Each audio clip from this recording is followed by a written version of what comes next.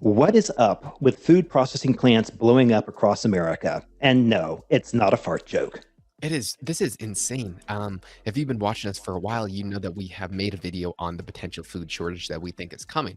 Just to refresh, with all this fertilizer that is happening through these sanctions and China lockdowns in Ukraine, with all this going on, we think there's going to be a massive fertilizer shortage. Just to refresh, China and Russia equate to 41% of the nitrogen. The three components of fertilizer are nitrogen, phosphate, and potash. 41% can come from Russia and China. We know that Russia's sanctioned. China's in the deepest lockdown known to man. 22% of the phosphate in the world is most likely not going to be out there. 15% from Russia, 7% from China. Then the big one is the potash, where 50% is potentially going to go offline. 20% from Russia, 18% from Belarus, 12% from China. Then an additional 30% comes from Canada, and they're going through it over there as well.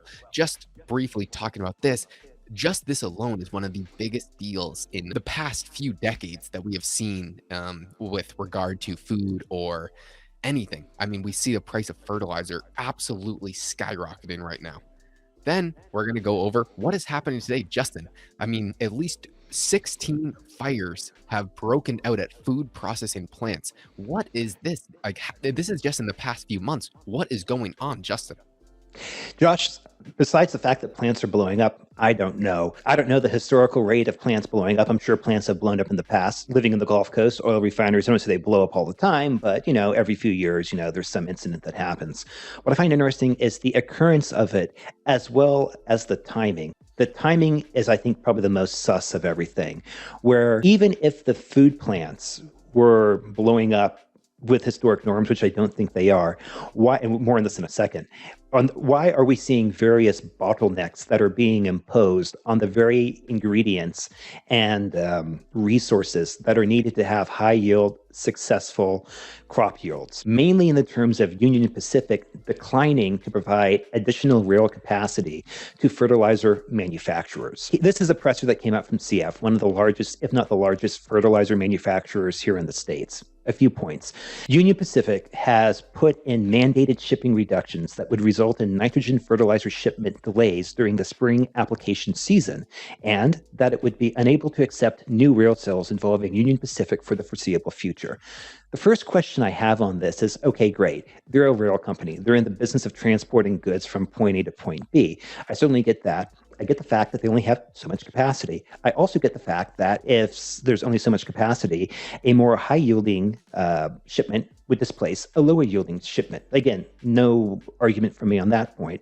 But here's what I find very interesting. This kind of leads me into the conspiracy slash, sus world. Farmers continue to pay more and more and more for fertilizer. Farmers are paying more and more for fertilizer. That means farmers are bearing the increased cost.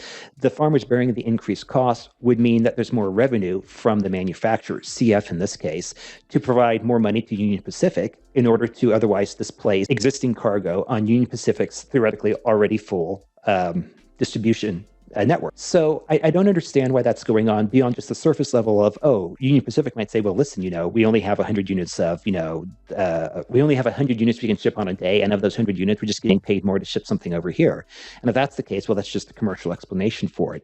But again, this isn't necessarily something that I would suspect the forced buying demand. I believe it's inelastic, right? The inelastic demand that farmers have for fertilizer, I would assume, would overcome whatever premium is being paid by something that would otherwise compete with demand for the real space. For more money. They simply just said, Yeah. we're cutting you guys off. And why is this? I mean, it is tough to not think down these dark roads. What is the angle that they are playing at? We already know that we've sanctioned Russia, and we're going to see potentially massive decreases in potash, phosphate, and nitrogen, which are the components to make fertilizer. Limited supply that we currently have right now, Union Pacific is saying, hey, guys, I'm sorry. We're not going to charge you any more money. We just can't take it. Exactly. Yeah, it's not pay us more. Exactly. Like when people would be more than willing to pay more. This is and are paying more. Yeah, Yeah. it is something that you have to dig beneath the layer. And then With that happening, dozens of food plants have burned down in the past few weeks. What is going on? You have to question what the goals are of the elites when something like this happens, because coincidences are possible, but a reoccurring event of potential mass famine has to be questioned at the least. If it is a gentle accident of dozens of food plants blowing up in the past few weeks, Union Pacific saying, you know what, sorry guys, we're gonna let you guys take 20% less. I'm like, oops, sorry. Um, and then also the sanctions on Russia preventing the fertilizer, China's mass lockdowns, so they're not going to be exporting anything. It is just very, very suspicious to say the least. It's an oddly perfect storm that seems to be forming. But anyways, setting aside, let's say, the tinfoil hat conspiracy implication just for a second, the question I would ask Union Pacific, if I had a question, or if I had a time to ask, an executive question, is, oh, well, like, explain to me the commercial reasons for this. And I would say, like, listen, you kind of want to hold the door open. UPAC might have a very good explanation. Oh, well, listen, there's a sudden surge in, I don't know, PS5s or whatever, right? There's other thing over here that they're just paying even more than the fertilizer guys are paying. Like, so be it. The follow-up question I would ask to that too is that, okay, fine. So the rail line or using rail to ship this has otherwise been compromised. Are there other alternatives? Perhaps, shipping it on trucks. I don't think it would make sense to ship it by air, even if you could ship it by air. But my point though is that, and this is a question I'd ask CF, is okay, great. Your preferred method might be to ship on rail, but if rail goes offline for whatever reasons, it doesn't matter, rail's offline, what are the fallback options? Because again, if people are willing to pay, and I assume farmers are willing to pay, then this is, the economy reallocating and rebalancing itself in real time. Here we have the top shareholders of these companies. Of course, Vanguard and BlackRock are the top two for CF. And then if we scroll down, the top two for Union Pacific are also Vanguard and BlackRock, with Larry Fink being ultimately known as a very, very solid man.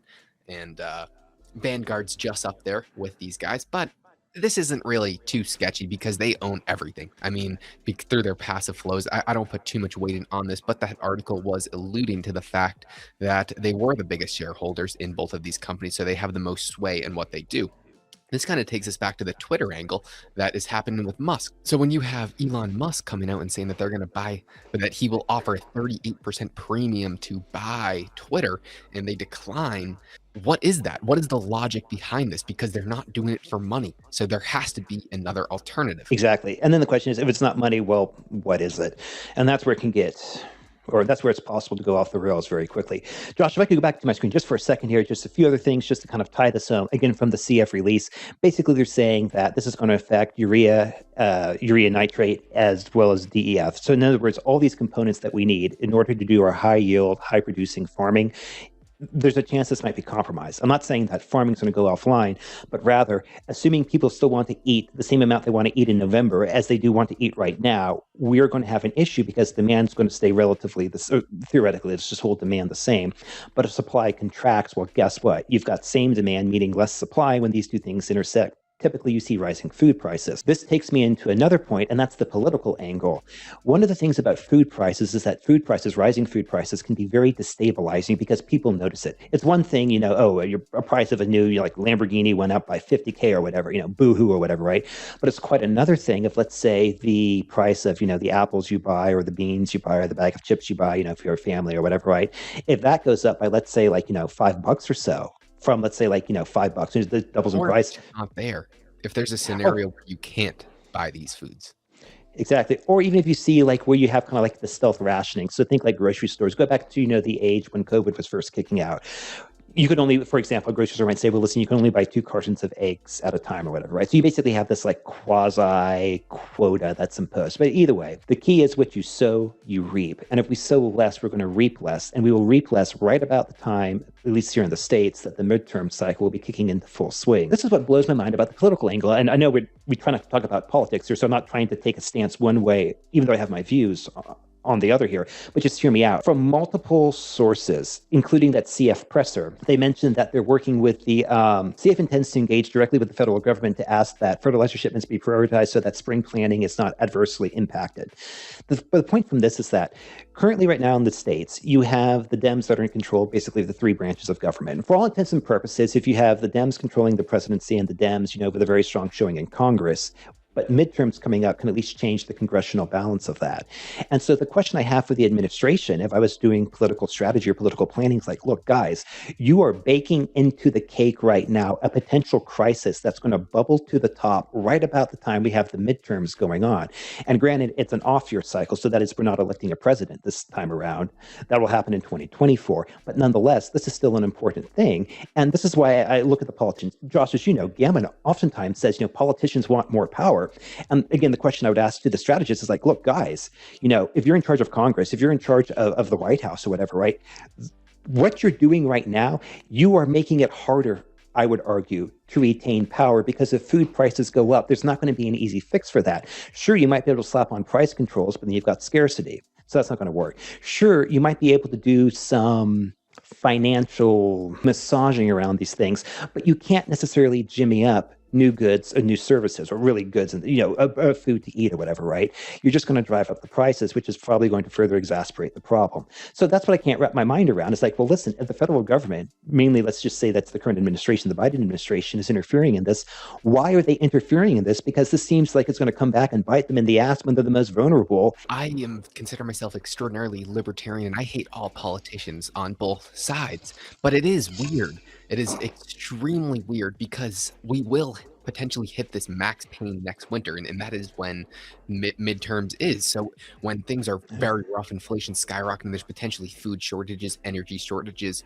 What is their goal here? Like, what is the end goal?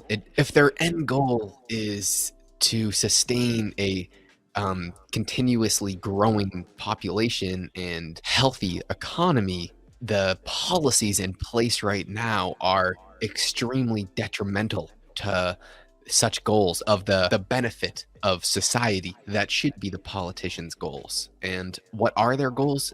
I don't know. But I know the policies that are in place, as they may make you feel good, the results and outcomes from these will be catastrophic potential. And what I would say also too in this regard is that, again, I don't know what the end game is, but the people that, like, the president or whatever, right? This is on my personal take. This is just like mid-level management, or backup. I'm much more interested to see the powers behind the powers, maybe even the powers behind the powers behind the powers. But again, like rabbit hole, let's not go there. But here's the thing, right?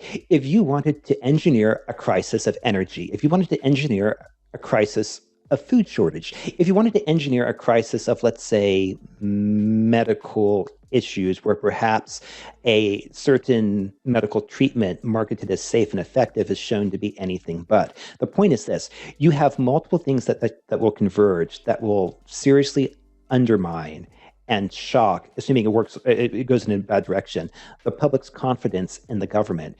This would theoretically presume that the public would want to give less power to the government, or at least at first blush, because the public would be angry. But again, we also know that the elites and the governments, they're always looking to maximize the power, not minimize the power. And this is the circle I can't square. What I said earlier about, the Biden administration purportedly, putting on restraints for fertilizer shipment. Well, if you do that, you're setting it up so that, you're going to have a bunch of pissed off voters. Or back up, let me say it like this. Why do the elites seem to be positioning everything to piss off the voters, whether it's higher energy prices, higher food prices, or whatever else happens in the middle? Like, are they intentionally trying to create riots? That would be the thing. And the thing is, I can't answer that question in my mind because, like, well, no, a rioting public is just going to demand that the existing government, be stripped down and torn apart. Justin, we have both we have both fasted before, and the longer your fast goes, your energy gets very depleted. If there is a situation where instead of food prices are skyrocketing, but there's no food, we may see riots for 1 or 2 days, but once you get to 3, 4, 5 days, your body gets very depleted of energy. And let's just be honest, here in America, what's really going to happen is people's like Scooty Puff Juniors are going to run out of battery juice, and they won't be able to roll themselves anywhere. And it'll probably be like another 6 months of a forced fast before they can walk on their own 2 legs. Yeah. This may be the first successful dieting of the U.S. I am actually, all jokes aside, very concerned, and I am personally taking drastic measures and preparing myself for what could potentially come. Justin, I know, is as well. But this is not to fear monger. This is just what we're seeing. We're just reporting the news with Of course, we all have our opinions, and please do not take our opinions as facts because they're nothing but. And I would love for nothing more to see food prices drop 20% next year, and we are all feasting, and America can get as fat as they want. So But business as usual. yeah, the truth is, what we are seeing, we don't think that's going to happen. And I Yeah. think it is almost our duty to tell you what we are seeing, because if this does happen, I hope that people are prepared, or at least Yeah. are aware of the situations occurring. Last word I would say is this: the one question that I'm trying to resolve in my mind, that I keep my eyes open for, is why is Union Pacific not accepting this? Because I assume that the people who want to ship fertilizer will pay top dollar. So I'm very curious to hear Union Pacific's response, assuming a response is forthcoming, to say, well, listen, yes, this is top dollar here, but we're getting even more top dollar over there, or whatever. I want to hear UP's side. For more money. Like, that's what's weird, is they aren't asking for more money. They're just saying, hey, ZF, sorry, we're closed off 20% of your business, but we have to do it. And then again, what the hell is going on with these fires and blowups of food plants? Yeah. Topic for another day. So guys, thank you, and we will see you on the next one.